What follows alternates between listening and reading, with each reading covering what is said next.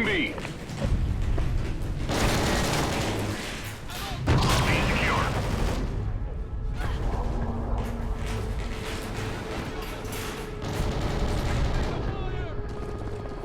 Go take A, guys. I mean, I don't know what you're waiting for. I'm afraid to die.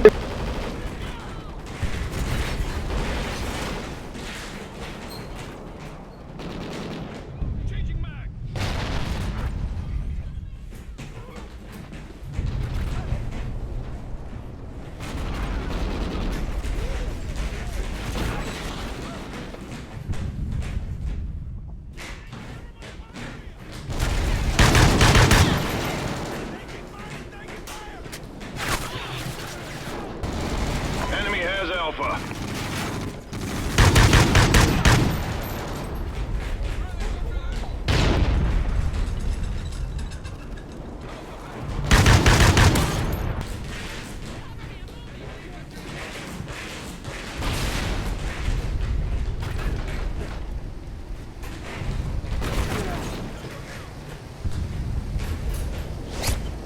Securing Alpha.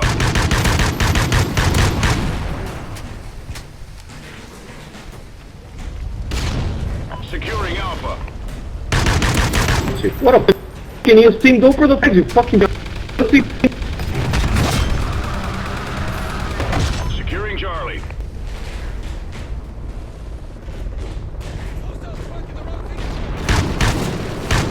Losing Bravo. He has Alpha. Losing Charlie. We lost Charlie. Bravo secure. Enemy has C. Losing.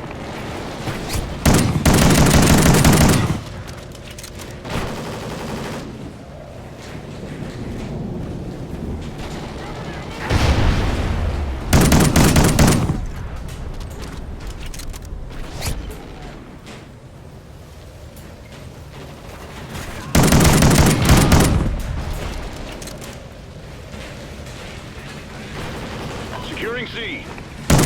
Losing Bravo.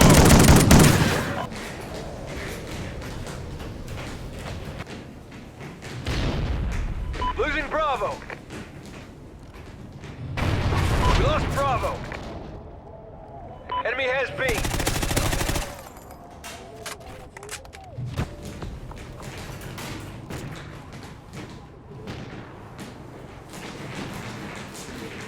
Enemy SATCOM spotted.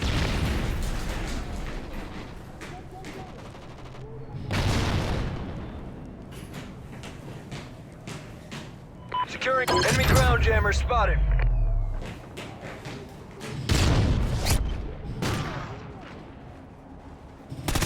SATCOM ready. We've lost the lead.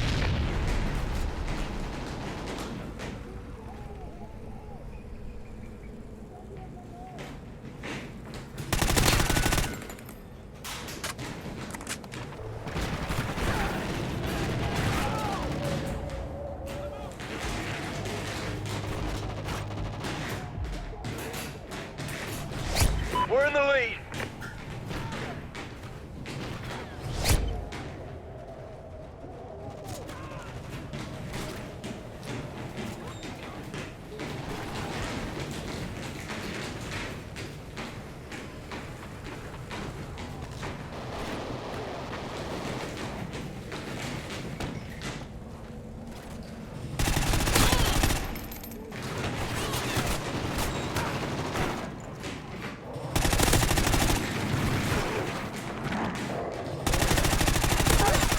SATCOM uplink enabled.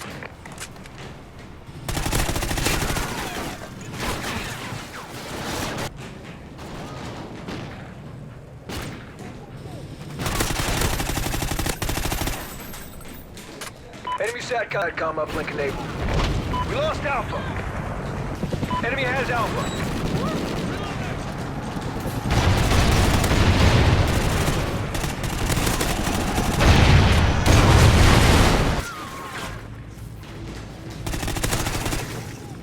Friendly SATCOM active.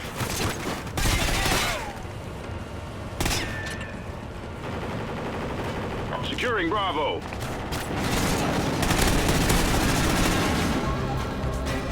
Good job. Report to command for debrief.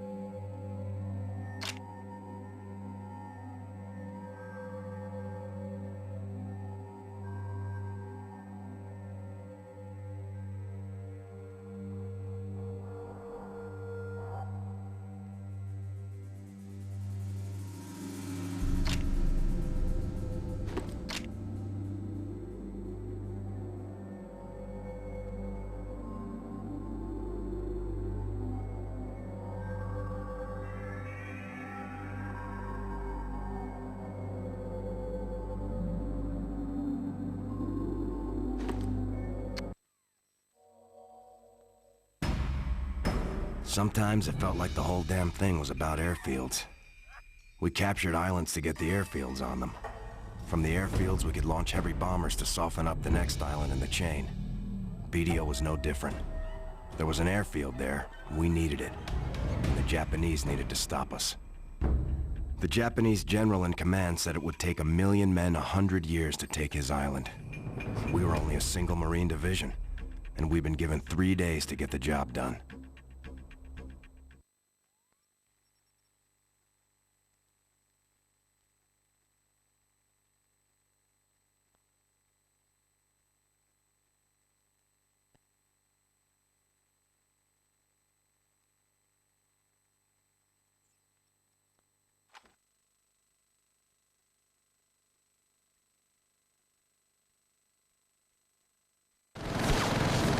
Sergeant Roebuck, ain't we supposed to be taking the airfield?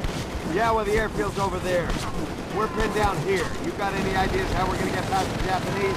And I'm listening. I say we just give him Miller. That'll make him surrender for sure. Polanski, one more crack from you.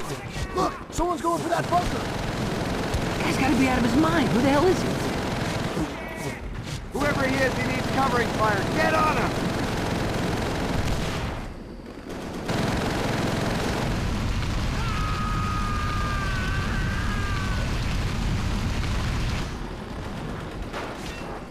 Damn it! The fire just came from that building. Get in there! He opened up a hole for us. Don't let it go to waste. Keep moving! Double time! Find some cover! Ah! We've got more enemy in those ruins. They got us cold. Take cover! Great! We're back to being pinned down again. They got me! Ah!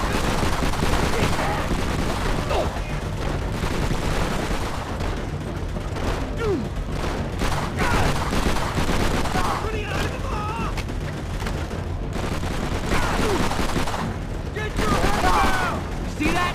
They're coming out of that bunker. Pretty soon they're gonna be crawling all over us. We gotta get out of here, Sergeant. I need back. Get that bazooka up here! Cover him!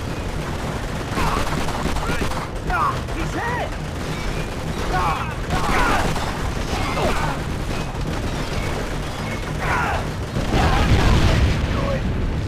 Get in there, move it! Let's go! Come on, Miller! Get out of there! You done? Okay, let's move on. Wow! Look at that! Same old flyboys. As far above the rough stuff as they can get. Watch out! The runway's fine! Ready to get across! Miller, on point!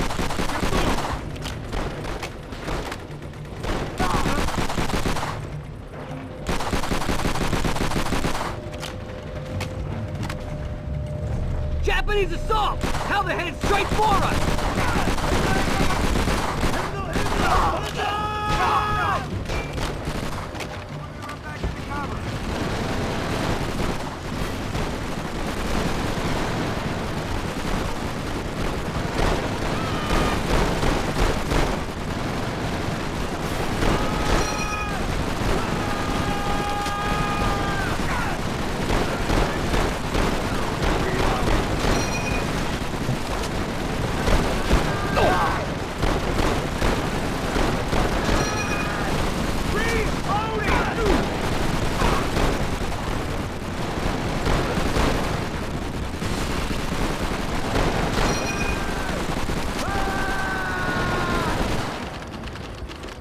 Back into cover! Enemy on the east flank, Sergeant!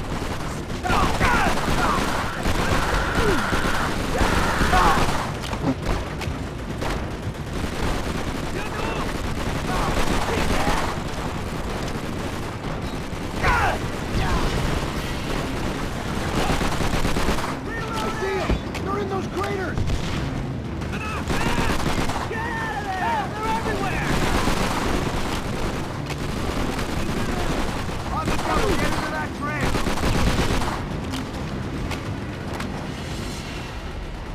Oh, that's just great! It's dark! Now what?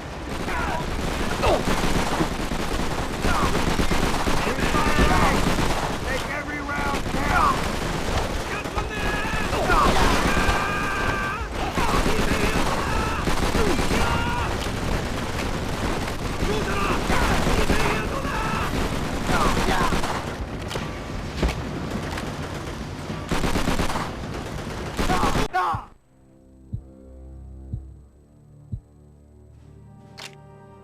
Quick, open fire! Before they run back into cover!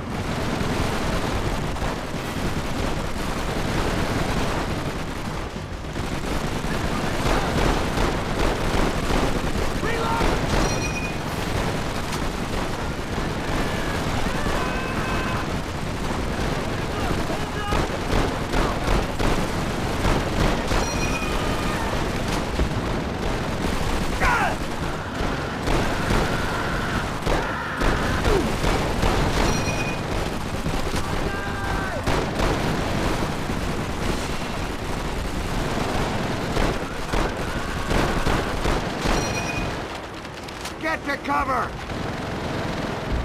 Enemy on the east flank, Sergeant!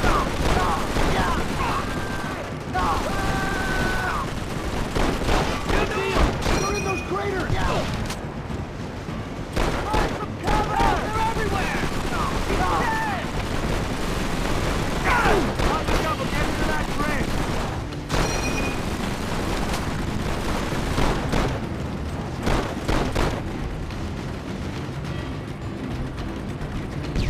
Oh, that's just great! It's dark! Now what?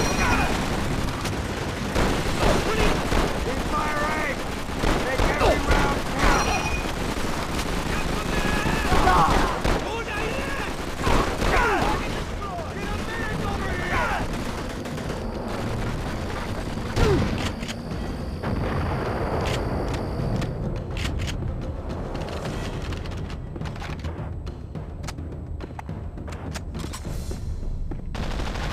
We gotta knock out those MGs. Miller, head left and flank their position. We'll cover you. Covering fire! Move it, Miller! I've got a man down!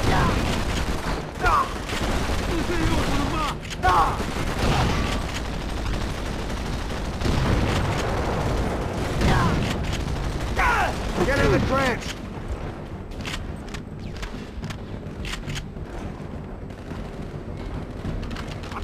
We gotta clear this trench! Get out of the open!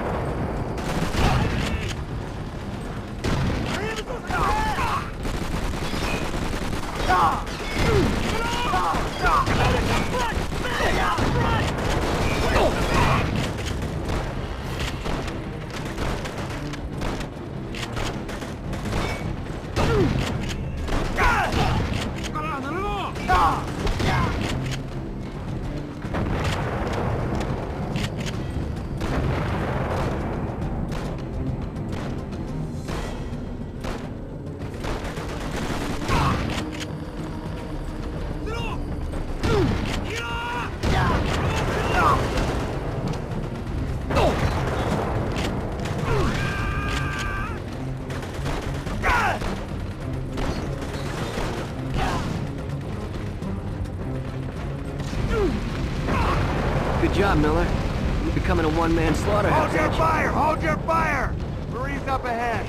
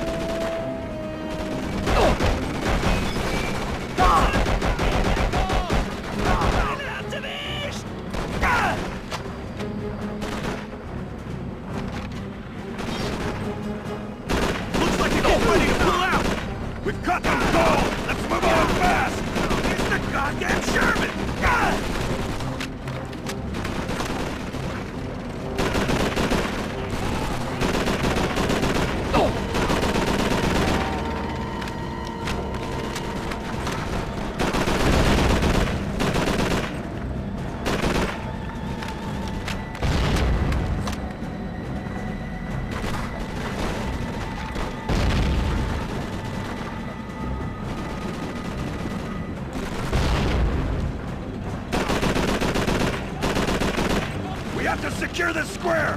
Keep out the fire! MG! Off the floor on the right side! Get clear! The Sherman's gonna blast that position! Reloading!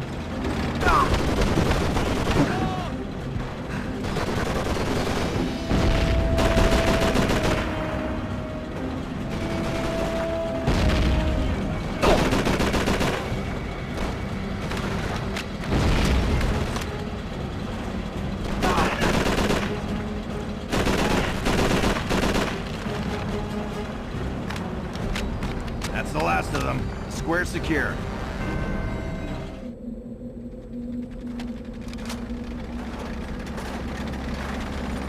What's the news from battalion, Sergeant?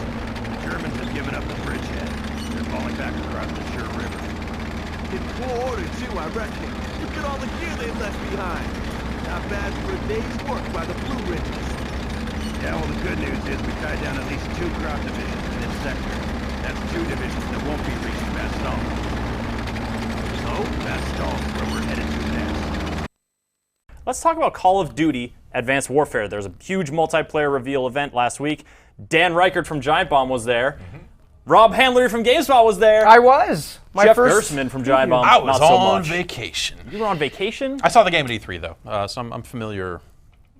Familiar with the details. Exo jumping business. All right, well, let's talk about it because this is Call of Duty multiplayer. I think, Jeff, you probably have more Call of Duty multiplayer experience than all of us on the here combined.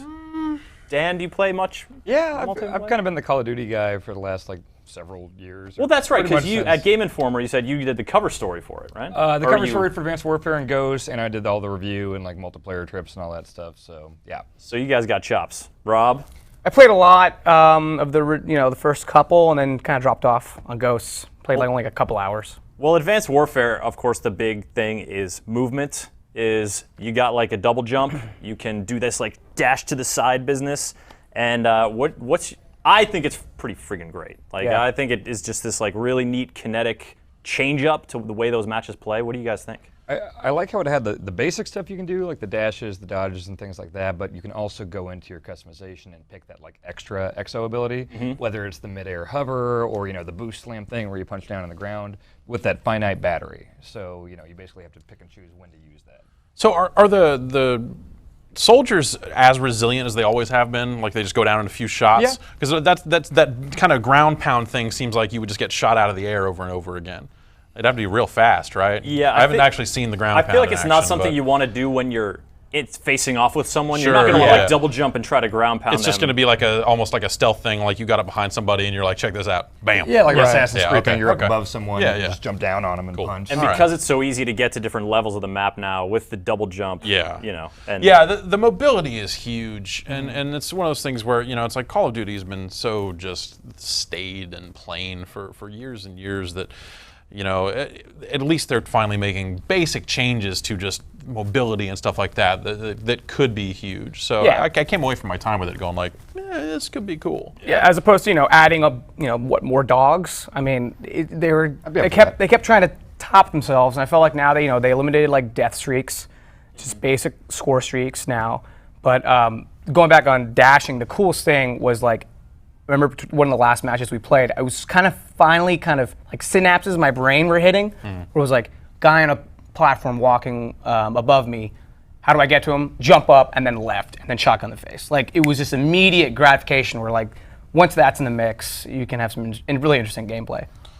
Yeah, and it seems like, I think there are some people that are quick to just go like, oh, it looks like Titanfall. It's like, yeah, it does, but like the exosuits it's not mobile the same way Titanfall is, and like there's certainly some similarities there, but I think they're carving out their own thing. It's a different kind of mobility, right? With Titanfall, you need to you have the double jump, right? But you have to, in order to make the most of Titanfall, you're running along walls. Yeah, you're doing wall hops and all this like really cool parkour stuff that I really love.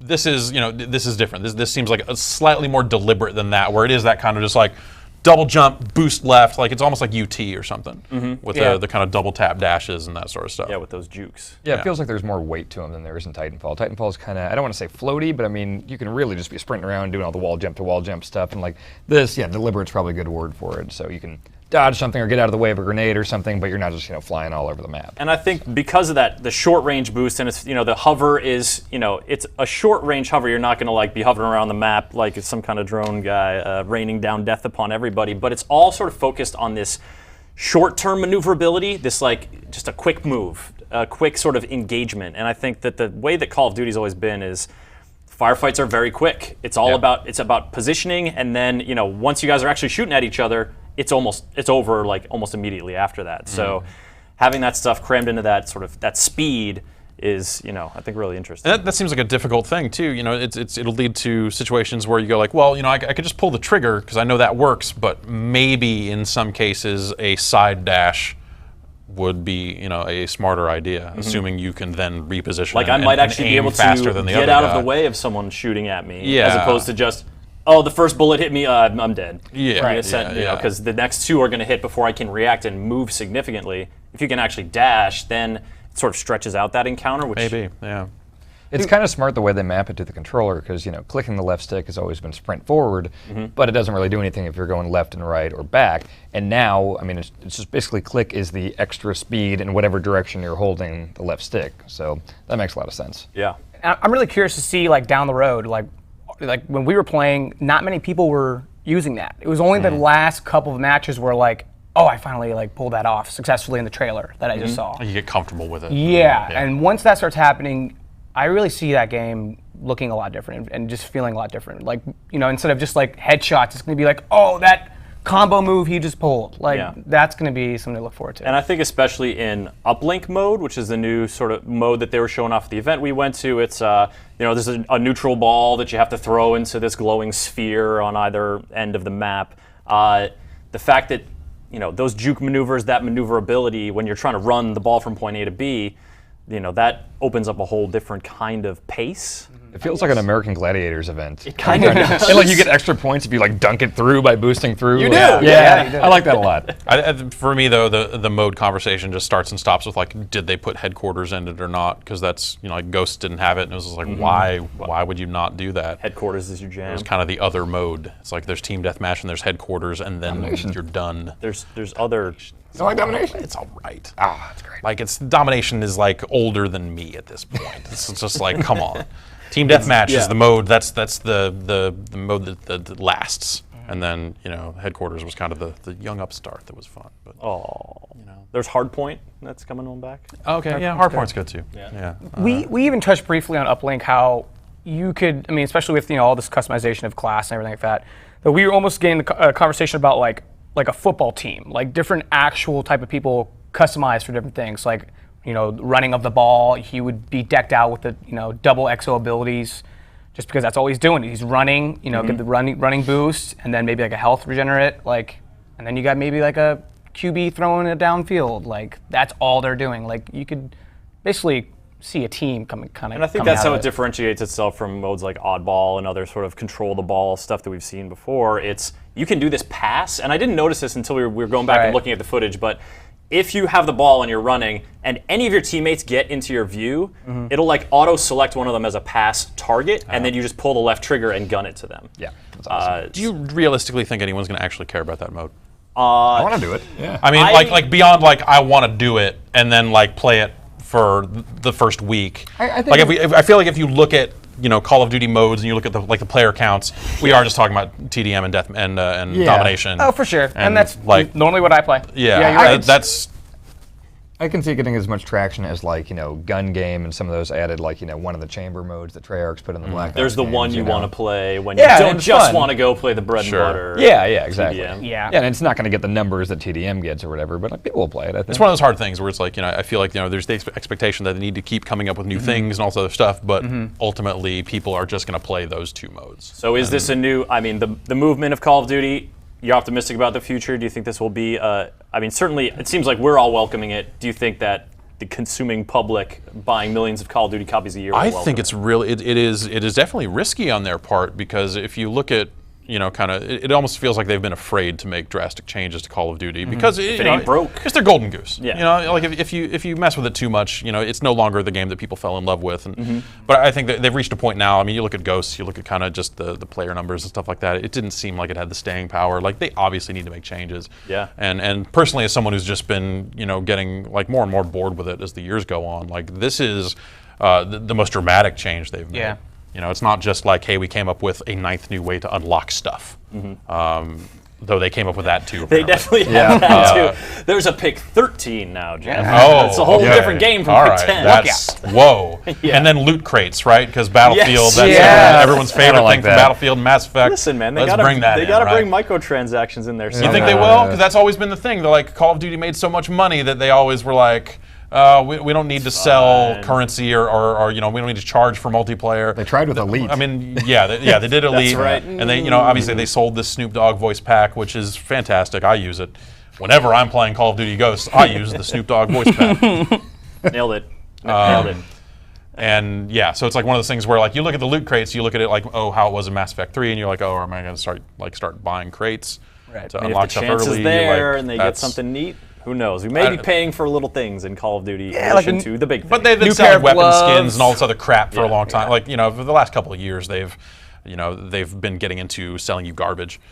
So why not? New innovative ways to sell you garbage. That's right. This weapon skin that you'll barely see on your gun because who looks at that? Because you're sprinting like it this. It looks all the like time. weed leaves. Yay! All right. Finally. All right. Call of Duty Advanced Warfare. It's out in like a few months, so you know a lot about it. Probably see a little bit more before it comes out.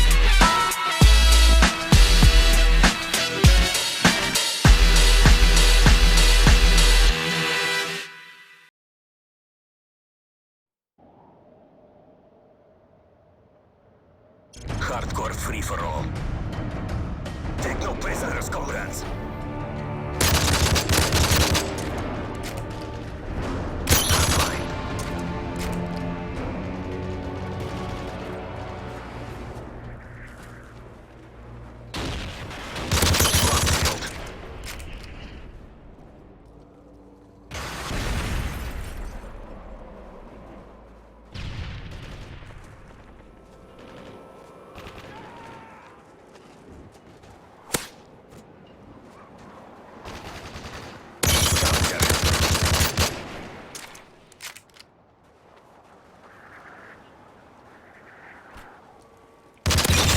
bonus achieved.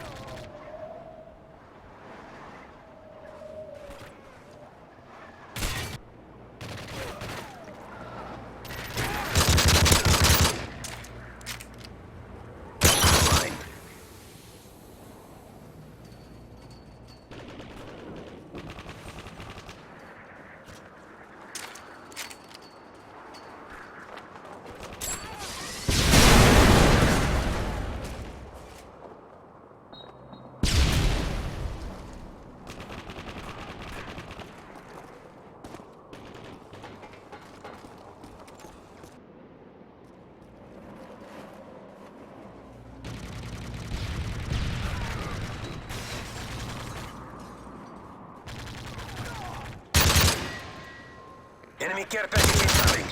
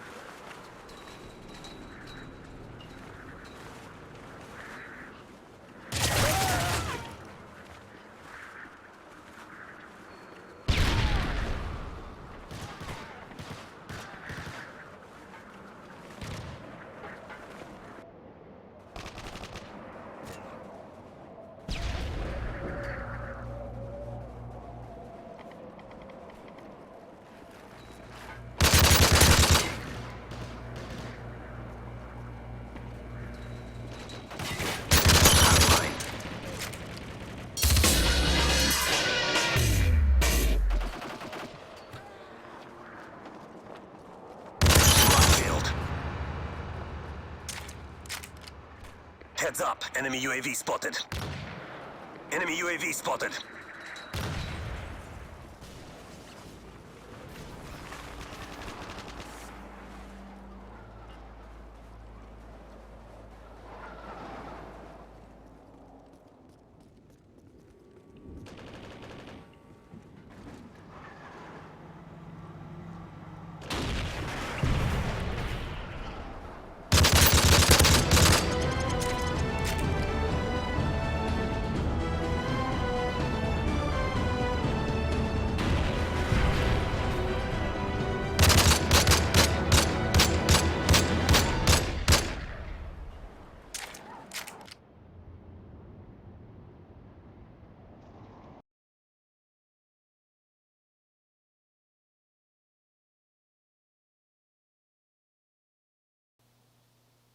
And I got to see firsthand what a country looked like with no freedom. A country that we had to do military escorts for them to go get groceries and fuel so they wouldn't get captured and killed in mass genocide. Stuff that I took for granted as a punk 17, 18-year-old kid. Stuff that simple that I'd seen around the world isn't given freely, isn't available to everyone. And that's why I actually ended up serving. I was going to do 3 years, get my family stamp, call it a day, figure out what I was going to do with the rest of my life, and continue on. And shortly, 3 years turned into 6, 6 turned into 9, and 9 turned into almost 12 before I finally got out of the military. You know, it's the sense of pride and the sense of honor to understand that the sacrifice set before me with these great gentlemen here, with all those that have served, it was the least I could do to pay back this gift that was given to me at no cost, just for being born in this country. And I'm so appreciative of it. And that's what ultimately motivated me to not just join, but to actually serve.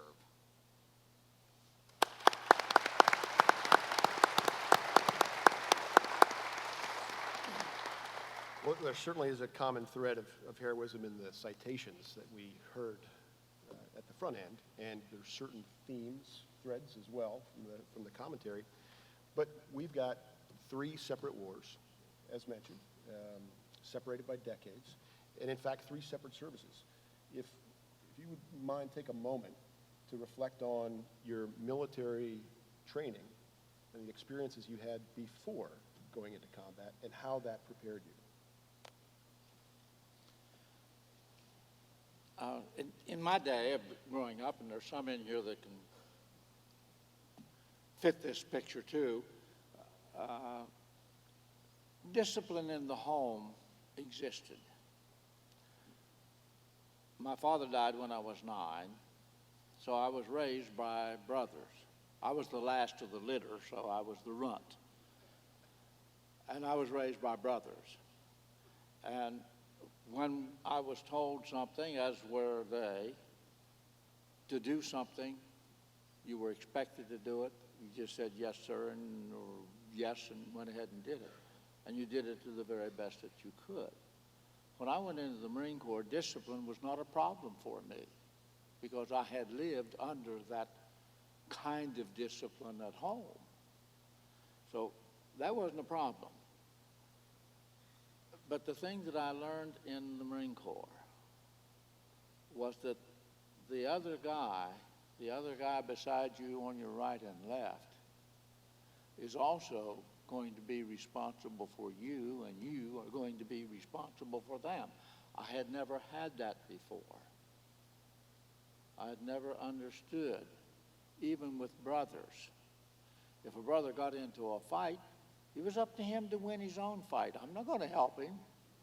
If he gets beat up, he gets beat up. And that's the way we lived. So that was a complete change to me, that I had to be responsible for that guy on my right and left.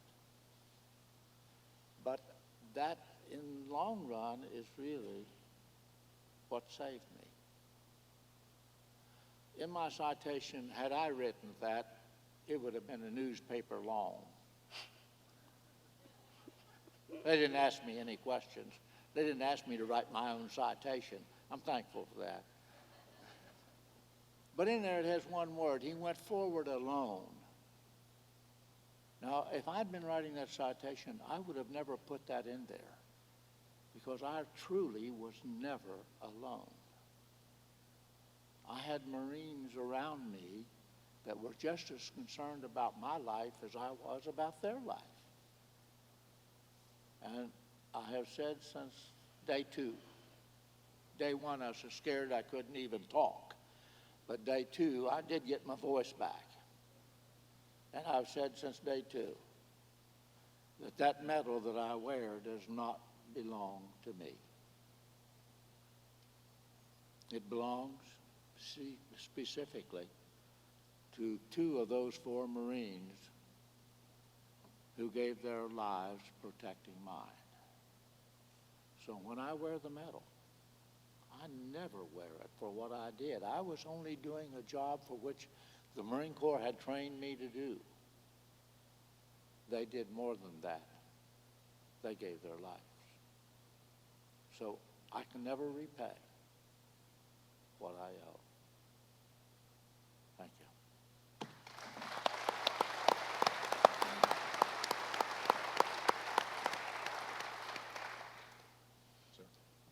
It's hard to keep up with him. I think the question was more about how your upbringing prepared you for military service. And I'm not sure that you can ever be prepared for military service. I mean, you knew generally what it was like to serve in the military, but you had no idea what you were going to be getting into when you were part of the military. I had discipline in my family too. We grew up much like Woody's did from the World War II time frame, and at that time there was, you learned to be respectful, you learned to be disciplined and do what you were told, and you had your jobs and duties to do, and you did them, like Woody said, to the best of your ability. But I don't know if any of that, prepared me for the exposure I had when I went into the military. I think later we're going to be talking about combat training, but when I first went into the military, like I said, I went into the flight program, and for those of you that go into that,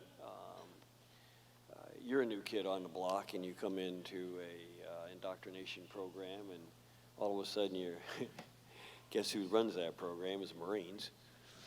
That's an eye-opener right there. That introduces you to the military. But I never had problems with the discipline portion of it either, and I think mostly because of the way I grew up.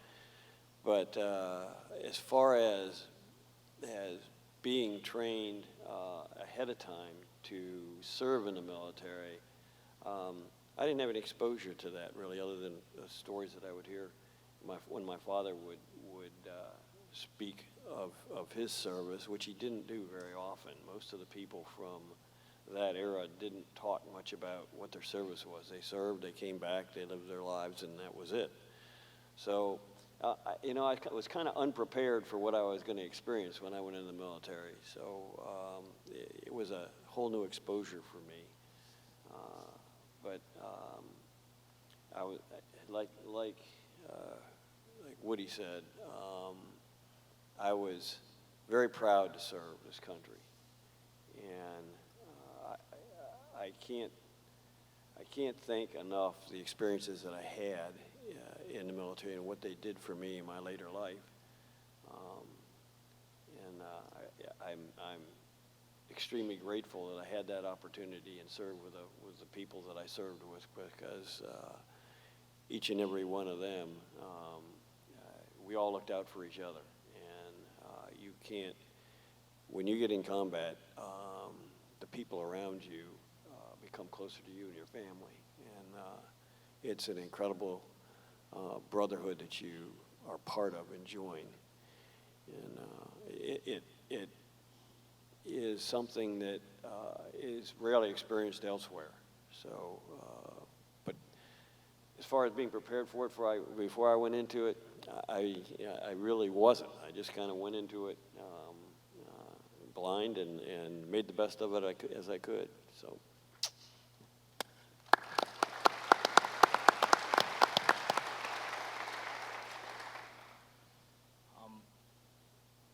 growing up for me, like I said, I did have a lot of tradition of service in my family.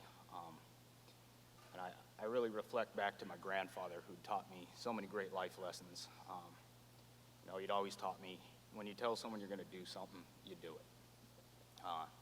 Don't say a whole lot, because when you finally do talk, people will listen. And I think it was that kind of environment of establishing values and not priorities, because values are always constant and priorities can always change. Kind of helped me along the way. I graduated high school when I was still 17, and like I said, I didn't really want to stick around that summer and continue to milk cows.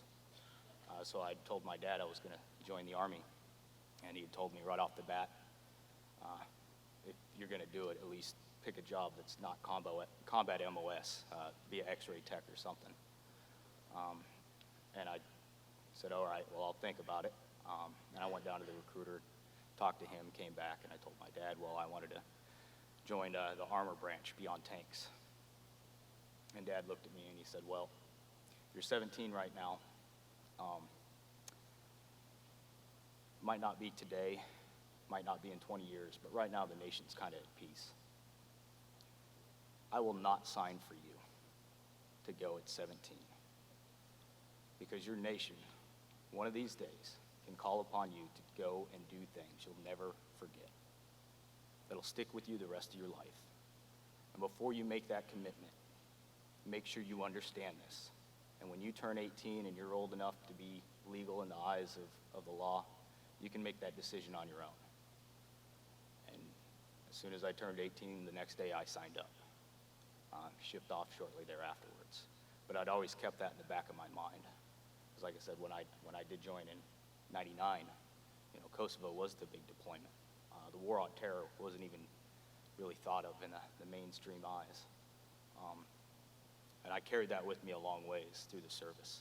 Nothing will prepare you for what you're going to truly experience when it comes to your first time in basic or boot camp, or the first time you do ship to a foreign land that you've never heard of on the map.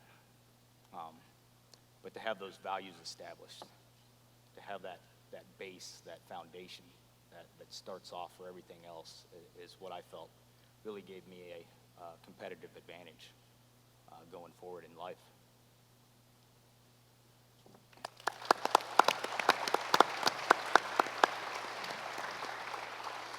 Thank you, gentlemen. You help us see through a window that many of us can relate to, which is life prior to the Army or Navy or Marine Corps.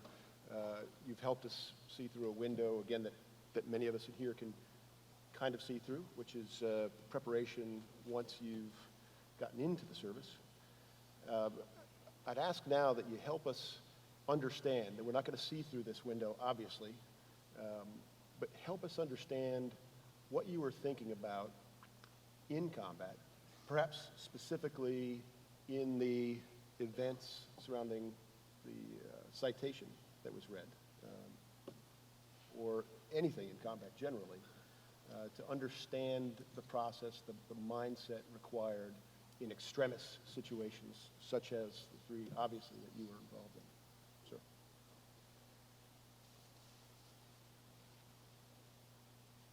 Leadership is a difficult thing to really define. And in my own case, I have to go back to my childhood, that when I was told I had to do something, then I couldn't depend on somebody else to do it. It was up to me. And if I didn't do it correctly and to the satisfaction of the brother that was supervising the farm, I was in trouble. So I learned early in life,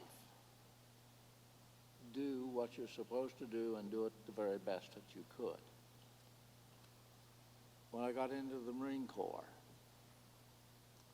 they emphasized very strongly, at least in my boot camp, that you never know when you may have to take over a situation.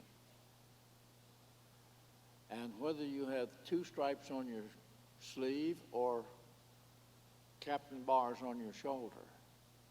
When those circumstances occur, you have got to step into the breach.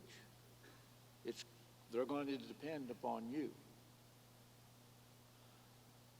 The day that my commanding officer, Captain Beck, asked me if I could do anything about the pillboxes that had us stalled, we had lost most of our Marines in my company. We had lost all but 2 of our officers.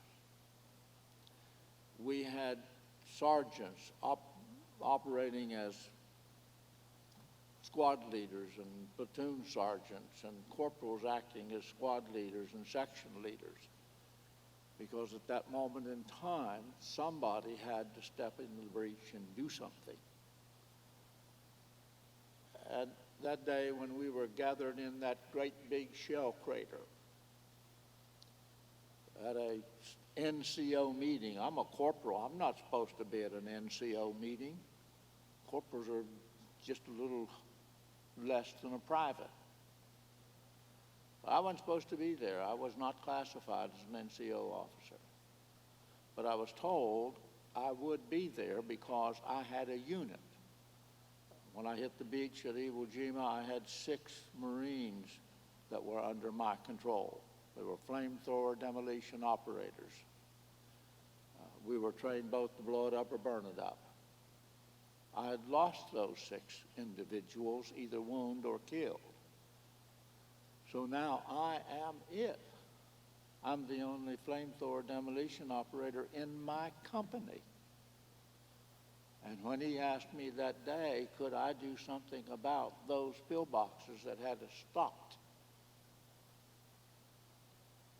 I had to step into a leadership position. And I have no idea what I said. Others said later, after the campaign was over and we got back to Guam, somebody said my response to the captain was, "I'll try." I don't know what I said. But when he assigned those 4 Marines to me that was read in the citation, they became my responsibility.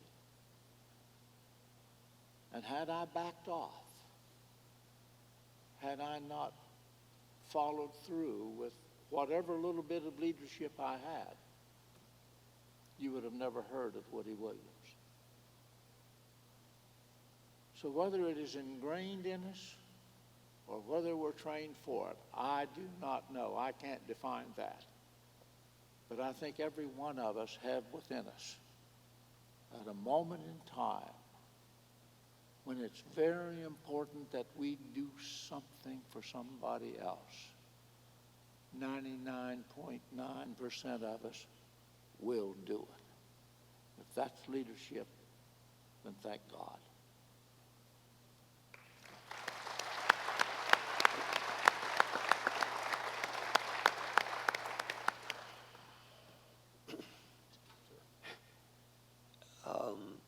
The question of leadership is can be defined in many ways. If you take it down to minute actions or to events that you were involved in, you make decisions based on information you have coming into you, and you evaluate that, and hopefully you have enough good judgment and common sense to make the correct decision on how to handle the situation that you're faced with. In combat, some of those decisions are made instantaneously, and they need to be. You're trained. You go through an enormous amount of training before you ever deploy. Your people that are with you, particularly in my situation, I had an extremely well-trained unit that I was part of. All of them very capable people. All of them could be leaders. They were just exceptional units when or individuals when I deployed. And I had been in many battles and conflicts during my tours overseas. when this particular mission happened, I didn't get selected for this mission because I was anybody special. I didn't say, geez, this is the only guy that can do it. But in essence, I was the only guy left. This was at the time frame that the North Vietnamese were overrunning South Vietnamese country.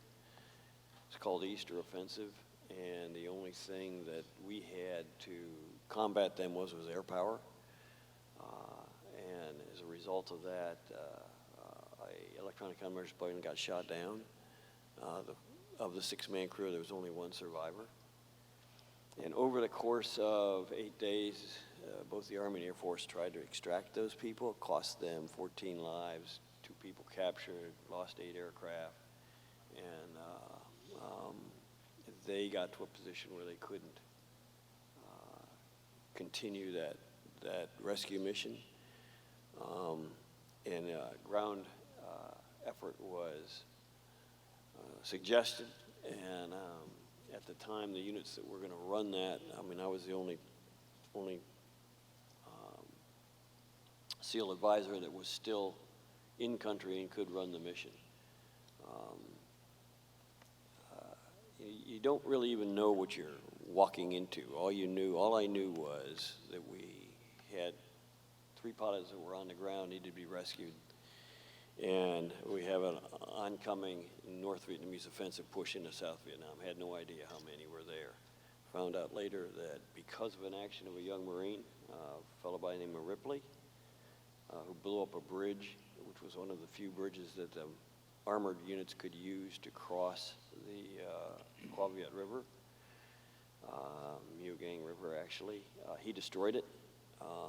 That left one other bridge available, which was where all these pilots were shot down.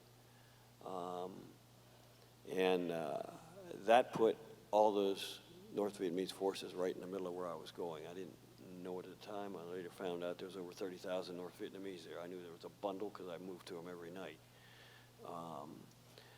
But my actions were, to me, it was the job I do. And I knew that those people would not get out if I didn't perform my job the way I'm supposed to and get them out of there, because there was no other way to do that. And that's what drives you to perform your operations. Heroism is kind of a strange word. None of us here believe we were heroes. None of us here believe that we did anything extraordinary. We did what we've been trained to do. We certainly don't wear the medal for ourselves. We wear it for those who can't, for all those that served, and for those that gave their life in that service. But you don't ever consider yourself a hero. You were successful in a certain mission, and somewhere later down the chain, somebody thinks, geez, we got to reward this guy for it. You don't go after that award. It's like Purple Heart. You don't want it. Sometimes you get it whether you want it or not, but it just happens. You do what you've been trained to do, and thankfully I was successful enough to be able to rescue those folks. But it's not something that you can train for, prepare for. You do your job the best you can, and that's all most of us do when we serve. We do the best job we can, and that's pretty much what happened in my situation.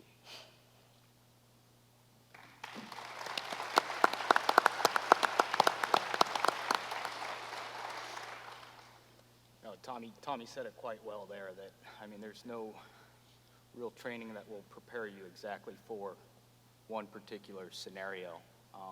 The training you receive, though, does give you that good foundation and baseline to build off from. The thing I've always noticed, though, was the best experience or the best training was experience, and relying on that, relying on the guys around you that have been there and done that before. For us, that day before going over to Afghanistan, Sergeant Kirk was one of my team leaders. Sergeant Kirk was just in that same area less than 8 months beforehand. And you can watch all the PowerPoint presentations you want, get all the S2 briefs you want. They don't give it any justice until you get boots on the ground and see it firsthand. Well, we had Sergeant Kirk that was there for that. And we adjusted some of our training to counter that, teaching guys how to do angle fire, you know, shooting straight up and down mountains. But that day, you know, the thought process, I don't know if I'm slow or not, but I don't remember thinking a whole lot that day. It was a 13-hour firefight, and I don't remember very many times actually thinking more than I was feeling the need to do my job because I knew my battle buddies around me were doing theirs, feeling the need to continue to push no matter what the odds were, feeling the need to, you know, and I hope you guys can agree with me, and as you hear these citations, the medal isn't given out off of body count. It's not a status of who killed more that day or who didn't. If you look at every one of these citations, we were doing it to save a life, to protect our brothers, to do it because we didn't hate the enemy in front of us. We did it because we loved the men to our left and right and our families that support behind us. That's what motivated. That's the overall trend of that loyalty will get you so far. That duty will get your guys to accomplish a mission, but loyalty will get them to follow you anywhere. That day when I walked into the barracks to ask for that group of volunteers in the midst of getting overran, to come up with a harebrained idea of let's counterattack. Well, who counterattacks when you're getting overran? And 5 guys without hesitation, Raz, Delaney, Danley, Miller, and Jones, stood up. I wouldn't have done it. At least I can't imagine if someone ran into a barracks like that and asked for volunteers that I would go. But these 5 guys, no hesitation, said we'll follow you anywhere. Because we knew we had guys that were stranded, that were overran and isolated. That if we were out there, Gallegos and Kirk and the rest of them would have came and got us. And it was the least we could do to repay them back. Just that loyalty to each other, that not doing anything more than any other soldier would have done that day.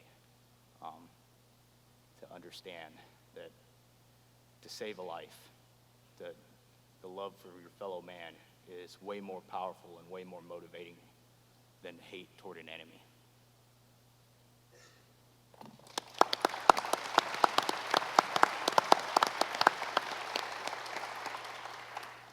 Well, gentlemen, before we throw this open to the audience for questions, I've got one more thing that I'd like to ask of you. In fact, as you look around, there's a lot of young people in the audience. From high school level, certainly a lot of midshipmen have joined us today. If you could share something to build on, some of the nuggets that you've already shared with us, to help them prepare for the service ahead of them, the sacrifices that they'll make in their careers, of whatever stripe they happen to be, what would be that nugget you would share with the next generation?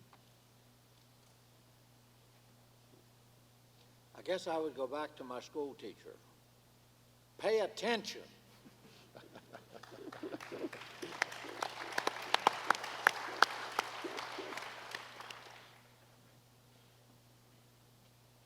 I have said many times, I don't think I've ever had an original thought in my life. But I did this morning. There is a miracle still happening in the world. I came up with an original thought. We even Googled it, and we can't find anybody who has had this same original thought. So I think I'm safe. If Google doesn't have it, it doesn't exist. Do the vice, pay the price. Do the vice, and pay the price. I guess my advice would be basically pick a good role model. Somebody that has been successful in their life. You don't want to be like them, I don't mean that. But that individual had something that you could build on, and some basis in which you can pattern your life. We have a 400-bed prison within 4 miles of my house. There are 650 people in the 400-bed prison. And as I talk to youth around over the country, do not pattern your life after a failure. If you do, you are going to fail. And those individuals do not make good role models. So don't follow their pattern. Follow that individual who has been successful, because they have characteristics. They have integrity. They have a basis, a ground from which they build. And you can build on that very same ground. So I say again, pay attention.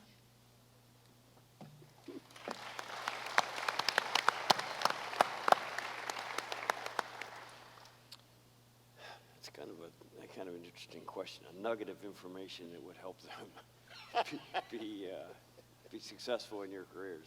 I don't think there's any one nugget you can throw out there.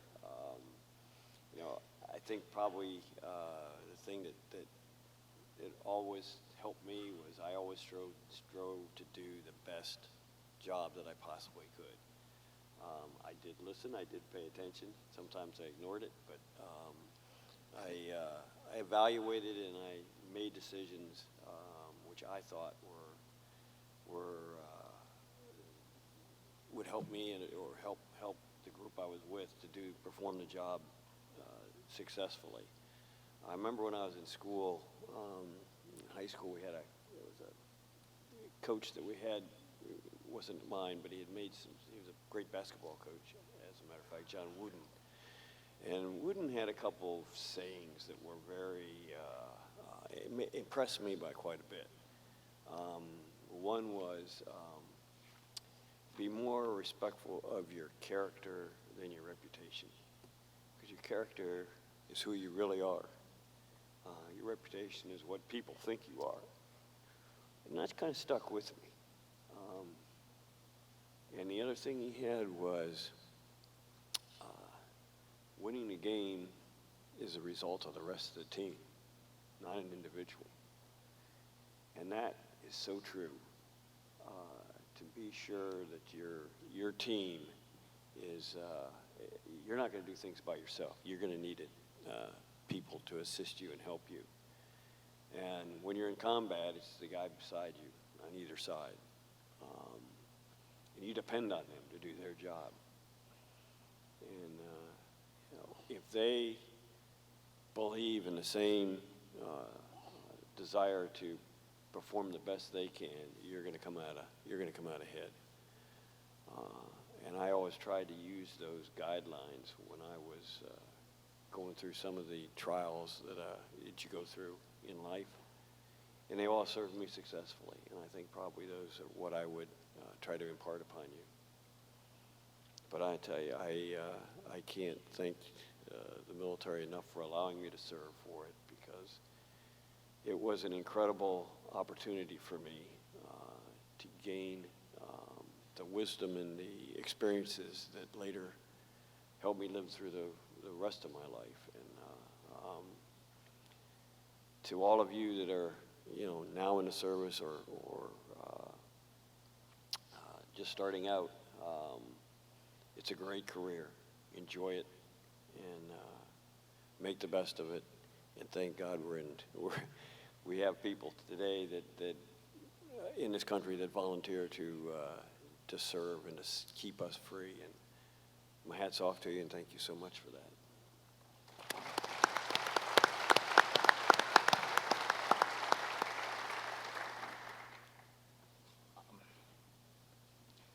kind of my experience with some of the best officers I ever had as an NCO were the officers that came into the platoon and would straight admit, I don't know what the hell I'm doing, and would listen to the experience of the guys around them.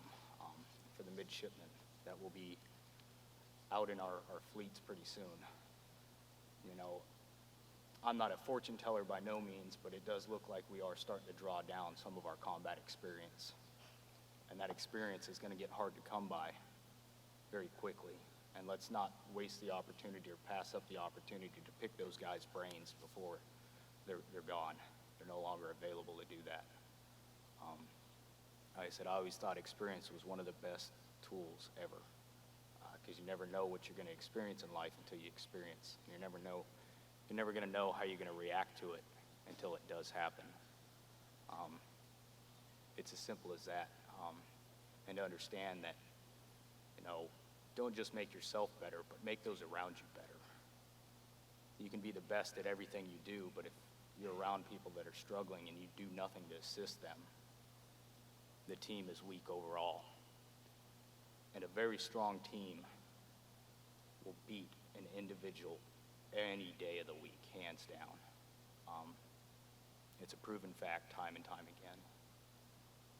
That's really, really true. And that's the things I would just like to pass on. It's something as simple as that.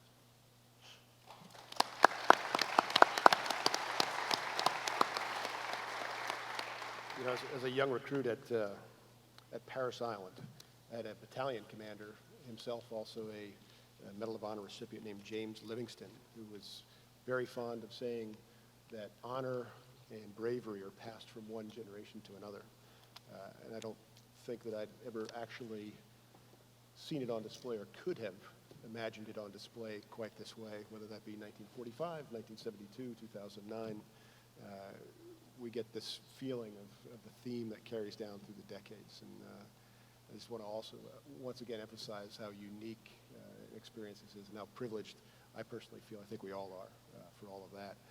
So with that in mind, I'd like to open up to questions. We have microphones and some folks delivering microphones. So right here's one. Midshipman. There's a mic, if you don't mind, please.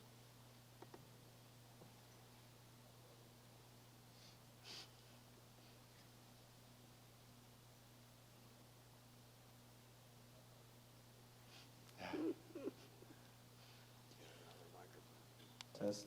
Staff Sergeant, Midshipman 4 Class Ma, how did you deal with friction between your father prior to joining the military?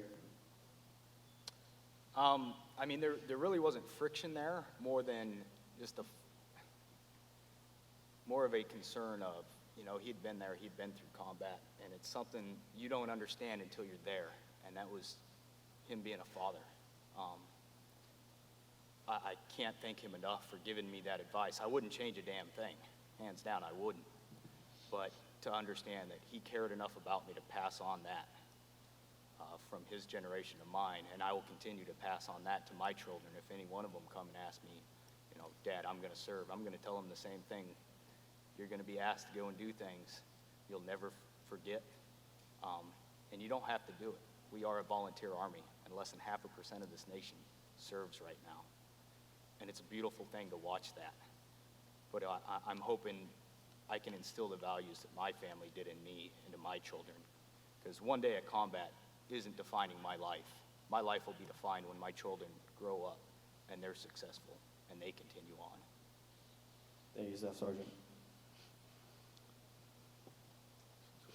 Down here. Okay, great. We'll get to you next. Test. Gentlemen, I'm in awe of your actions, and I'm just so curious how you managed to overcome the fear and feeling of self-preservation that I know most of us would feel in the circumstances you experienced. Would like to take that one. First firefight does that. You get, you train and you train and you train and you're exceptionally well trained by the time you go into combat. But like Clint just said, you can't explain what combat's like till you been in one. You don't have time to be fearful. You have too much time. You're too busy trying to stay alive and keep your people alive that fear is not a factor until maybe you get back afterwards to have a beer when she flips. We got out of that.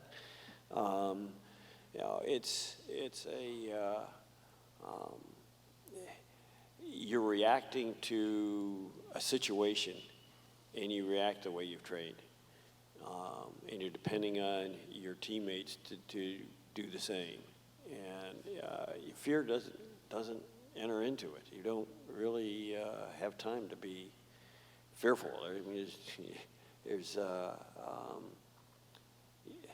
you're too busy trying to save the situation you're in, or the people that are around you that need assistance. That fear is not a factor. I've seen fear. Let's put it this way: when I was during that rescue mission, we got mortared and rocketed every day, and there was a 20-man armored, 20-man unit, Vietnamese unit there. There was supposed to be a guard force, but they were under orders to leave whenever they felt insecure. And first day I brought first pilot back. We got mortared and rocketed. I lost half of them, and they just froze. I mean, they could not perform. They were seeing their buddies blown away, and they could not function. So myself and the other Vietnamese officer that was with me, we just went around and started trying to get them up and return fire, get them returning fire from where we were taking the assault from, and then started just getting bodies and triaging people and just throwing them in cover and trying to get these guys thinking, we got to fight. My guys were ready to do that because we'd been trained to do it, but I've seen it. But it never happened with the units I was part of because you don't have time to think about that. You have time to think about, react to the situation, and that's what you do. So I hope that answers your question. You got anything? Any thoughts? Could I add to that? Sir. Why don't we use 65-year-old men to fight wars? Good idea.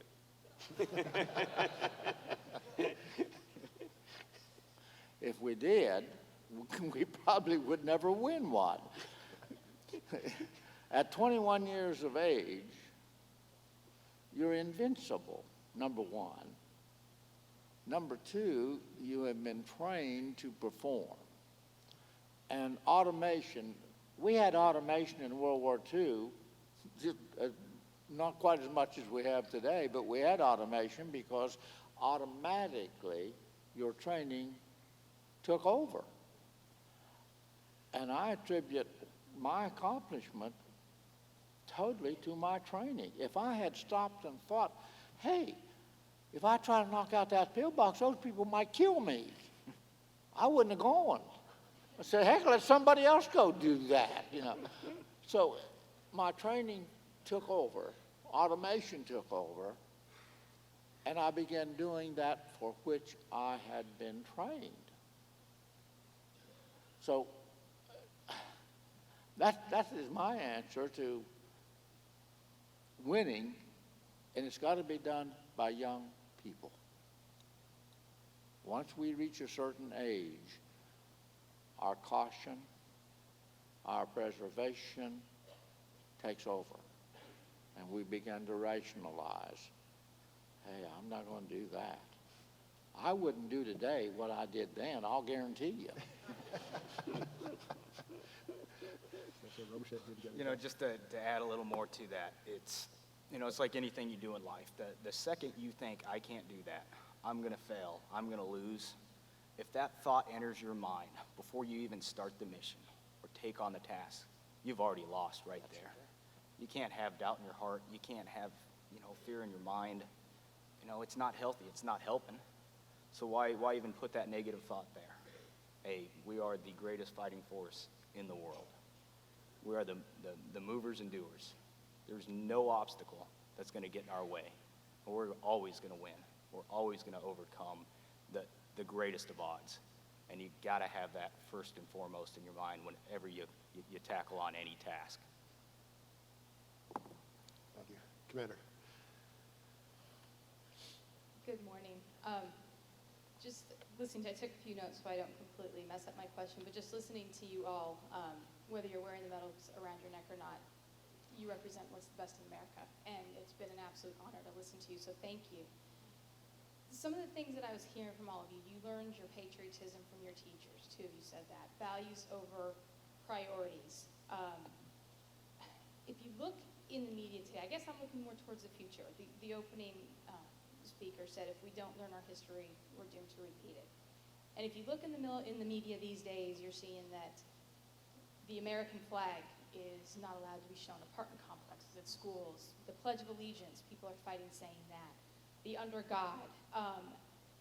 There are high school students in Colorado that are actually walking out of class protesting a patriotic history curriculum.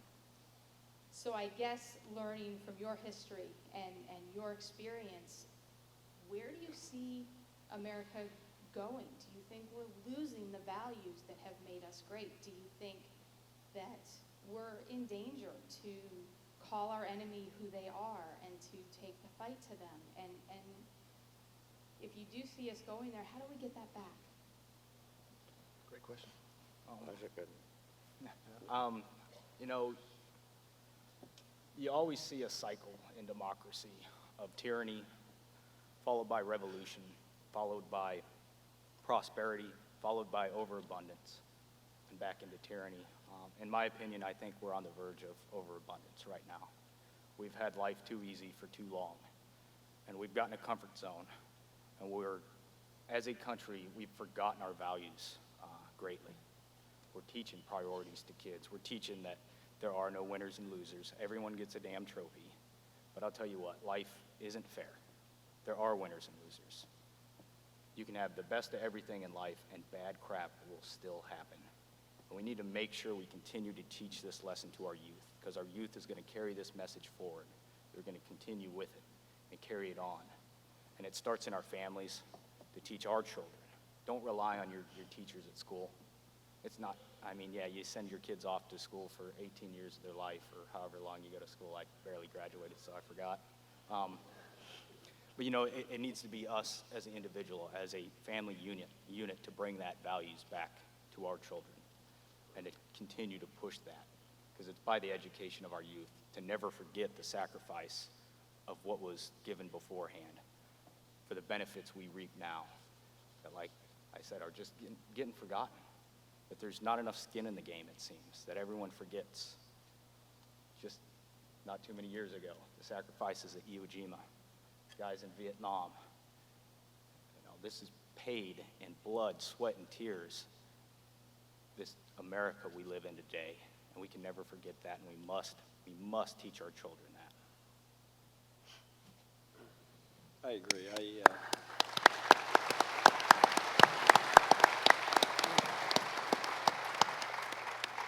I think a lot of it comes to teaching our kids today, for the parents to be teaching their kids what this country's gone through to be the country that we are. And yes, you do see examples of what seems to be unpatriotic activities. Yeah, and unfortunately, they get the news media. I don't know that our whole country is like that. Out where I live, I don't see much of that at all. And we still have, thankfully, people that volunteer to fight for our country. The sad thing is the small number that do. Clinton referred to it as like 1% of our country volunteers to serve for it. That's sad. That is really sad. But why is that? Is it that we do live too well, that we don't experience or see what it's like not to have the things that we enjoy? And another statement that Clinton made was when he was overseas, the first time he'd been to a third world country, what it was like to live in a third world country. Every American ought to see what it's like to live in a third world country. to realize the benefits and the freedoms that we enjoy. But we get more moved away from that, and sometimes I think we think it can't happen to us, and that's not what reality is. It can happen to us, and we need to re-educate our future kids, kids, young men and women, in that mindset. But it needs to come. It's not only going to come from their friends and their classmates, but from their parents. And if their parents don't believe it and try and instill that in their kids, who's going to? And I think that's probably where it needs to start. Thankfully, there are those that already are on board and volunteer to serve and to sacrifice. But it should be this whole country that does, and I think that's where we need to start, is in the homes.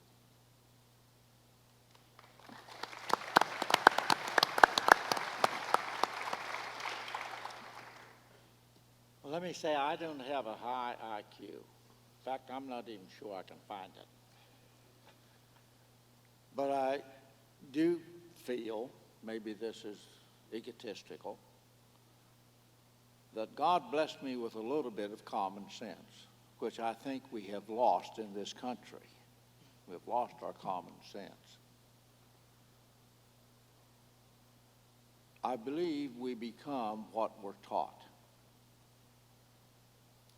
The principal difference between the Japanese and the American in the Pacific, I can't speak for Germany because I was not over there, but the principal difference between the Japanese and the Americans in the Pacific was, our belief was, we want to survive, and we're going to do whatever we possibly can do in order to preserve that life. Their belief was, it was an honor to die for the emperor, which made us total conflict. And even though we would try to preserve them, to treat them, to save them, that isn't what they wanted. Because to save them and become a prisoner of war was one of the most disgraceful things that could happen to them. That was their culture. That's what they were taught.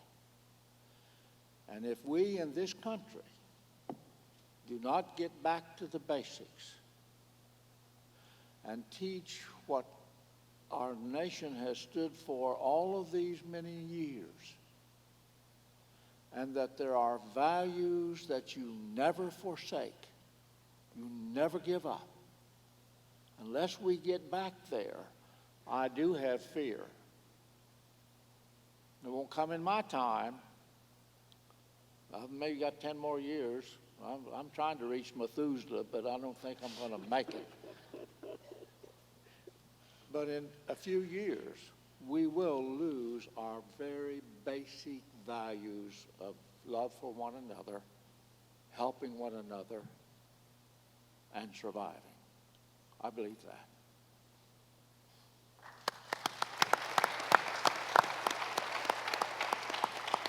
I think we have time for one more, and Midshipman, you've got the honor of the last question.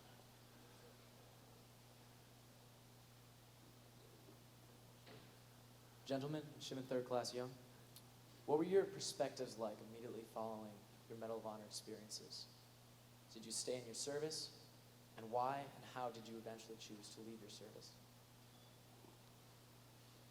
I can do that one. That's easy for me. I was already retired. I was wounded fairly severely about 6 months after the operation I ran, and on an operation up in the North Vietnam, and shot up covering my guys on a retreat. We were in a firefight with 150 North Vietnamese, and I had 5 guys. I had another SEAL with me who rescued me. He received the Medal of Honor for that action. But I'm a nice guy. Everywhere I went, they shot at me. I don't understand that. But at any rate, the Navy retired me as a result of those injuries. Thank goodness we now evaluate people that have been injured and wounded, and then give them the opportunity to stay in if they want to. But so I was retired when I received my award. If the question of how it affected me after that was that part of your question? You know, wearing this medal is, I think, more difficult than it certainly was to receive it, or to earn it. You do your job to earn it, but wearing it is tougher. People put you on a pedestal. People think that you're somebody special, and you don't feel that way at all. It's you're humbled. You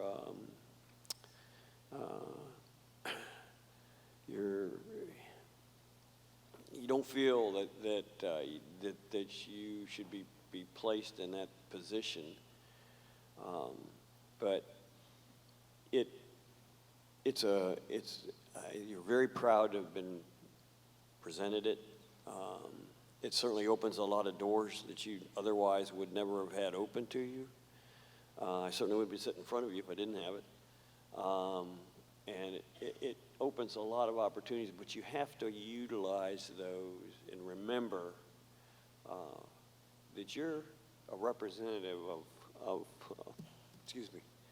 this country and those in uniform that have served for this country. And what you do and the choices you make reflect upon that, because people look at you as an example.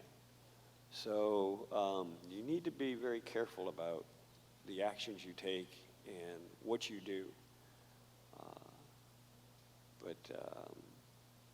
So it's both a wonderful benefit to be able to wear that honor, but it also has a lot of responsibility that goes with it, and it's something that you need to always remember, that this medal doesn't represent you. It represents all those that served and gave their lives in serving this country.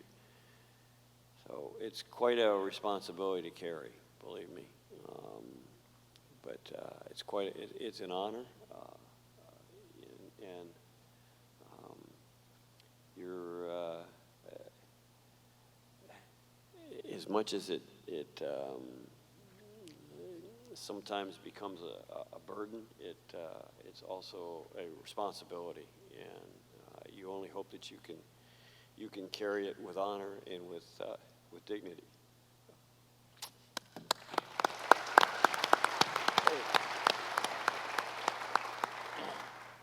Go ahead.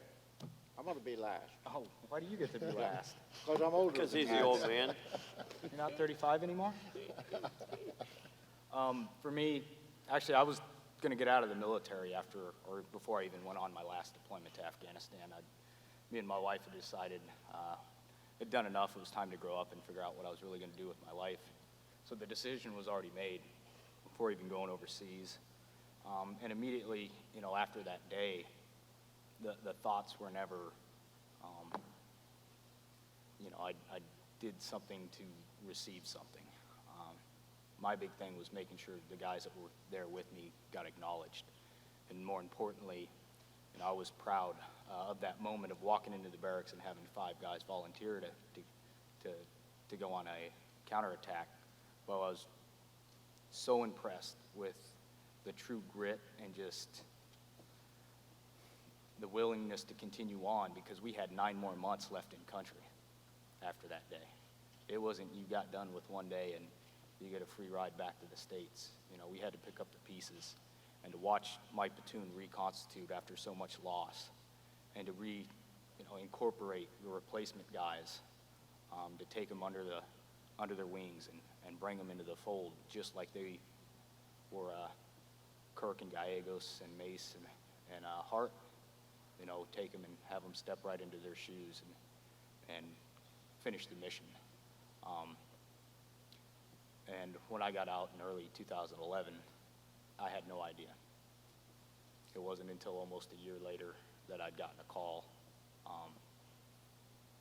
from a colonel out of the Pentagon asking if I'd come back to D.C. for something he couldn't tell me over the phone, which I replied to, I don't have enough vacation days, I'm not going anywhere.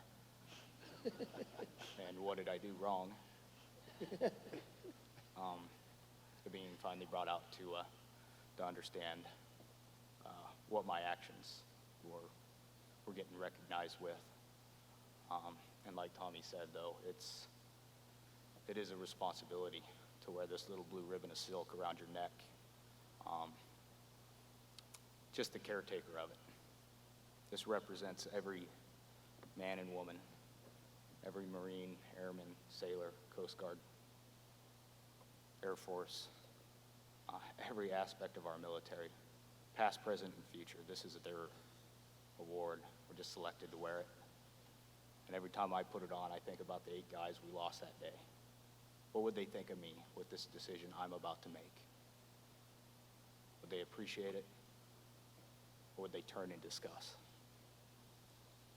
And that's how I continue on and continue forward.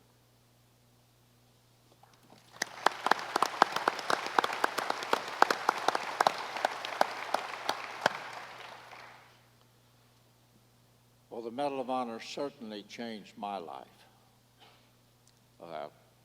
When I got home and they started giving me $10 a month for it, I thought, boy, I'm rich.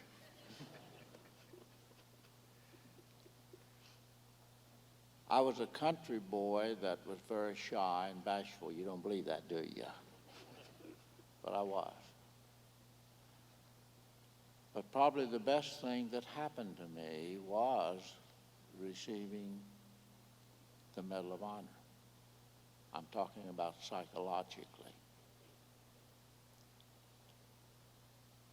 We didn't have PTSD in World War II. We had psychoneuroses. So if you were diagnosed with psychoneuroses, you were a psycho. And nobody wanted that connotation associated with them. I had a brother in the bulge that cracked up, we called it in the Marine Corps. And that was the diagnosis. And when he came home, he would not permit to file a claim with the VA for psychoneuroses because that would mean he was a psycho. When I received the Medal of Honor, I had no choice. From the second day on, I became a public figure. I didn't want to be that. I wanted to go back to the farm and dig a hole and get in it. Because I had a lot of whatever they term now PTSD, but in those days, as I said, it was psychoneuroses, and we had no treatment facilities. We had no psychiatrists. We had no psychologists. We had no VA facility that we could even go to. And being forced by the public to talk about what happened to me was the best therapy I could have received. Because I couldn't pin it up. I couldn't hold it in. I had to let it go. And that helped me tremendously to adjust back to civil life. You guys, all of you in the military, know that when you grow up and your folks are teaching you things you ought to know, one of those things they teach you very firmly is you do not kill, period. There is no exception. And then you go into a combat situation where you have to reverse that completely. If you're going to survive, now you must do that which you have never been permitted to do and taught not to do. In our case in World War II, I was in for the duration, and when the war was over, they handed me a discharge and said, "We're done with you. You've done well, but just go home and 24 hours, revert to where you were 3 years ago." Almost an impossibility, because the brain doesn't stop working. It keeps going. We have similar problem here today with individuals who have the PTSD. Fortunately, our facilities, our treatment methods, our knowledge and information about it is so much greater and more accessible than it's ever been in the history of this country. And we all can be very proud of that. I am. I was a veterans counselor for 33 years, and in our early part, we had no answers. We had nobody to go to, nobody to talk to except each other.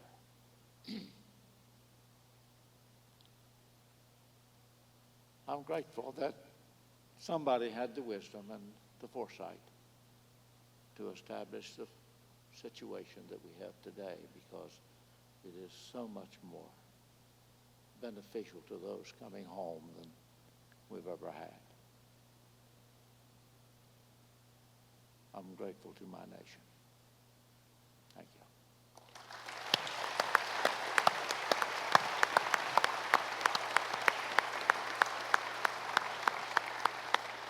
Well, gentlemen, I just want to extend thanks once again. You've given us a tremendous education this morning, a tremendous perspective.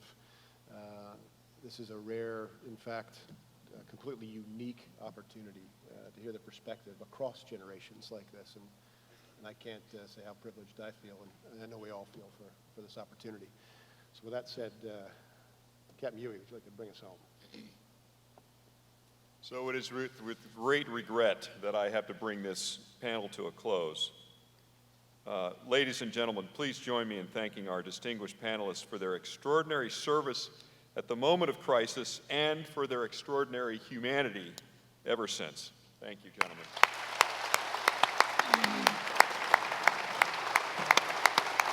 Thank you very much.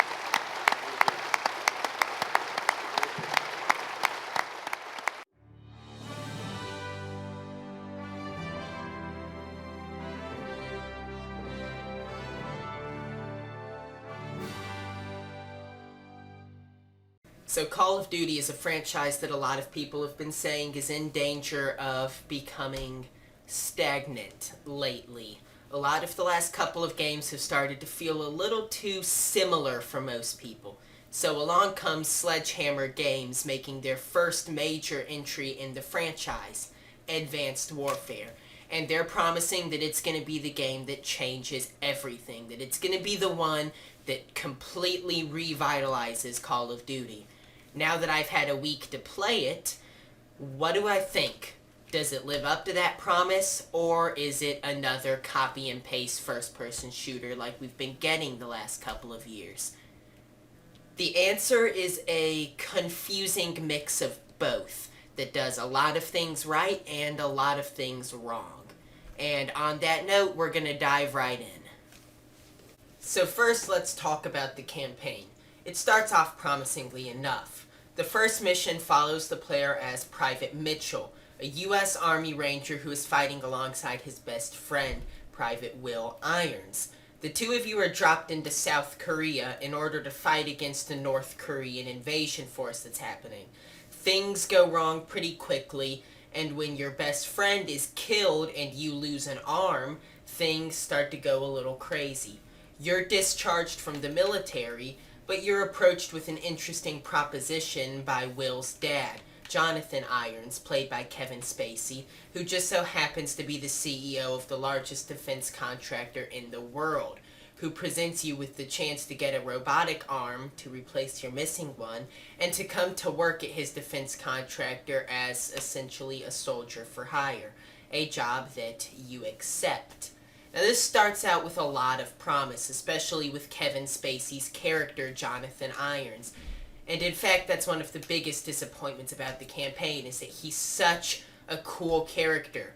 He does such a good job of exploring that whole moral gray area of efficiency versus morality, because he's a character that makes his whole point about getting things done, regardless of what it takes to get there. He has no allegiance to a government or anything. He is there to take your money and do the job you want and do it right, regardless of what he has to do to accomplish that. And he's a character that starts off with the potential to be just the greatest villain Call of Duty has ever had. But a little more than halfway through, he pulls a complete face heel turn, flips around, and becomes a generic Call of Duty bad guy who wants to take over the world because evil, and no other reason. And it's really disappointing because he was such a great character and it had so much potential to tell such an interesting story. And it did for the first half because it touches on this guy and his whole... it's just disappointing.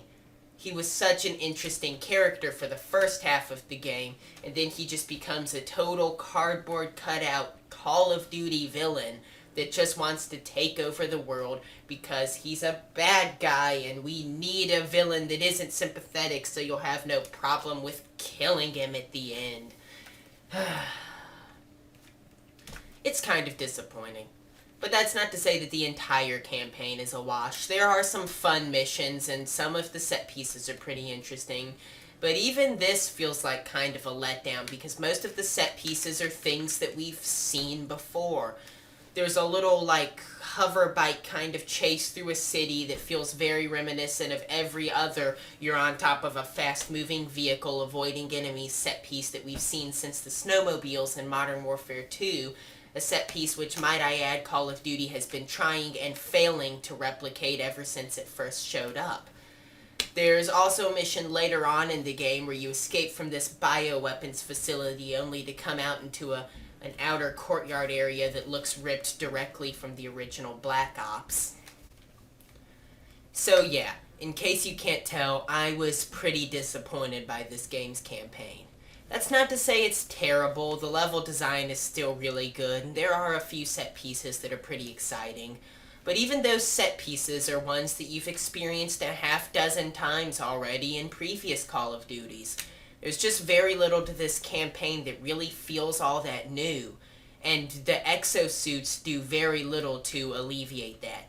In theory, they're supposed to give you all kinds of boosted mobility and increase your strength and just give you all kinds of powers to just let you dart around the battlefield and flank around enemies, which is a cool idea, but the levels are very rarely designed in a way to take advantage of that, say for either scripted events or very obviously telegraphed moments where it's very clear that you're supposed to, hey, look, you can use your boost jump to get up to that ledge and snipe down on the enemies.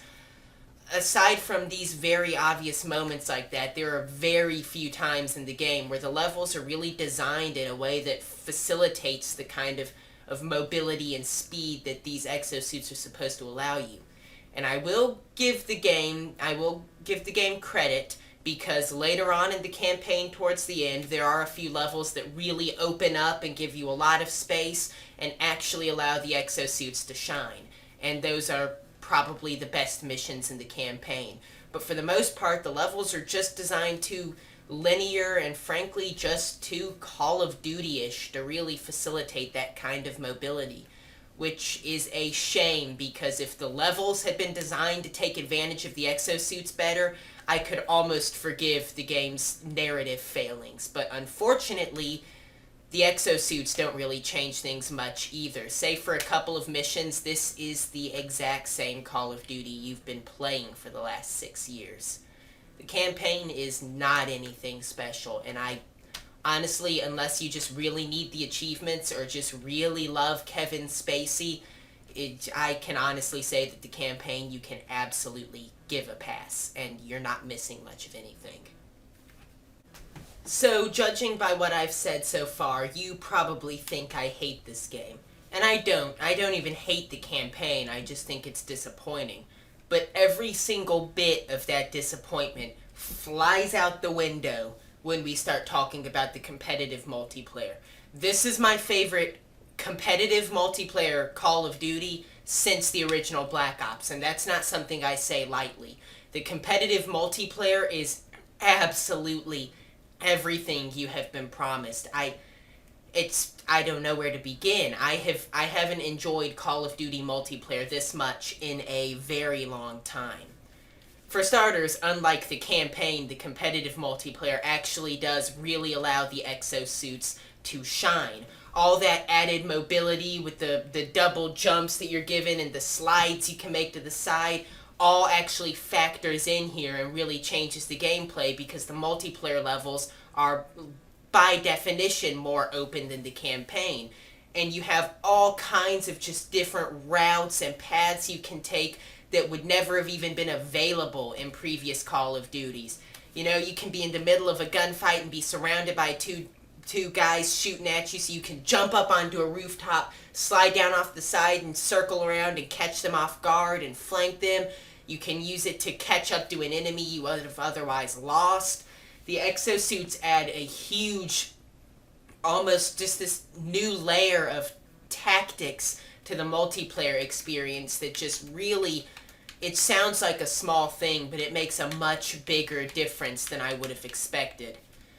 And they added lots of stuff to the customization too, much like Ghosts did. You can customize your character model with different base models, and then you can change the clothes and the armor and whatnot that your character is wearing. Creative class is as deep as ever, but they added something really cool that I like a lot, in that when you unlock new score streaks to progress through, you can customize your score streak, which requires it to have a higher barrier of entry, but it gives you a better effect. And the example I like to use is the one that I take, which is for the care package, which I believe is normally a 550 point streak. But there's a bonus I take that makes it not show up on enemy radar and makes it so that the enemy team does not get an announcement when you call in a care package, which boosts the score requirement up to 650 points. And every score streak has 5 or 6 of these that you can potentially add, which have varying degrees of use. The better ones are more expensive and add more to the overall cost. It's a small thing, but it's just a cool change that it's hard to explain. There's something about the competitive multiplayer that I just really like. It feels like it actually tries to make a lot of changes, which again is something I haven't really been able to say since the original Black Ops. It carries over a sort of pick 10 style system. You have a set amount of points, and the various guns and attachments and perks and whatnot that you have will all take up a point, and you can take away, say, a perk to make room for extra abilities for your exosuit, which, by the way, the exosuit abilities are completely independent from your perks, and they're a lot of fun themselves. I'll get into them a little bit later. You can take away attachments to make room for little specializations that will allow you to, say, have 2 primary weapons instead of a primary and a secondary. Things like that are pretty cool. It's just a great multiplayer experience. It really is. The exosuit mobility does a lot to really kind of change the feel of the gameplay. And the customization options are just, Every change this game makes to the competitive multiplayer is a welcome addition to the formula. And it's just refreshing because for the last 3 years now, Call of Duty multiplayer has just been sitting on this formula that it knows works and it knows it does well, and it's been getting repetitive and boring, and they've been catching a lot of flack for it. And finally, there's a Call of Duty that has come along and actually made some significant changes to the gameplay formula, and they work. The competitive multiplayer is excellent. And of course it helps that the guns are great, the maps are well designed, and the modes are a lot of fun. But just the exosuits alone change enough of the fundamentals of the gameplay to make this just a totally different experience from previous Call of Duties, and one that I love. And I hate that I love it, because I enjoyed hating Call of Duty, but it doesn't change the fact that I love it. The competitive multiplayer for this game is amazing, and I know it sounds like I'm gushing, and I am, but it's only because this is the first time I have enjoyed competitive multiplayer in a Call of Duty game since like 2010. I think the original Black Ops was the last Call of Duty game that I really enjoyed playing online, until Advanced Warfare. And I think that says a lot, that it is actually, it's something I could potentially see myself regularly playing. And I never say that about competitive multiplayer games, period. It's just, it's amazing. Where everything that the single player does wrong, the multiplayer does absolutely right. I cannot say enough good things about the competitive multiplayer. And that's pretty much all there is to talk about in Advanced Warfare. There is technically a co-op mode in the form of Exo Survival, but it's really just a survival mode on the competitive multiplayer maps. It's fun enough, but it's not really anything exciting, and frankly, I'd rather just play Horde or even Nazi Zombies. It's a survival mode. It's not really going to hold your attention terribly long, but it's there, and it's something to experiment with. So at the end of the day, what kind of score does Advanced Warfare get? How does it hold up? If you're looking for a great competitive multiplayer experience, I absolutely recommend this to you. It is the best game out there right now this year as far as competitive multiplayer is concerned. It's phenomenal. That said, if you're not really a big fan of competitive multiplayer, you should definitely pass on Advanced Warfare, or at least wait until the price drops significantly. I like to think of this game as suffering from almost Homefront syndrome, if you remember that game. Phenomenal competitive multiplayer, really lackluster single player. If you're looking for a Call of Duty campaign that ditches the franchise's conventions and really goes in daring new directions, you're going to be terribly disappointed, because as far as the campaign is concerned, this is just another formulaic copy and paste Call of Duty game with robots in some of the missions and four-legged tanks, which are admittedly pretty cool. That said, if you're looking for a competitive multiplayer experience that changes things up and does enough to differentiate itself from its predecessors, you're going to enjoy this game. The competitive multiplayer is excellent, and I highly recommend it. Unfortunately, that's all there really is to the game, as Exo Survival is essentially an afterthought, and the campaign is very disappointing. So unfortunately, I can't give this game that high of a rating. So what is the final score then? A 7.75 out of 10. If you're looking for a great competitive multiplayer experience, this game is for you. Everyone else should pass. So, as always, thanks for watching, guys. I am Alabman98 here. Let me know what you thought of this review in the comments below, and as always, I will see you guys in the next video. And it is going to be a great video, I promise you. There is a big game that is about to turn 10 years old. And if you can guess what that game is in the comment section, I will give you a cookie. of whatever flavor you choose. I'm kidding. I'm not going to mail you a cookie. But it's going to be a great video. I promise. It's going to be an awesome video. But anyways, as always, I am Aladman98 here. And thank you guys so much for watching. I will see you very soon. Bye, guys.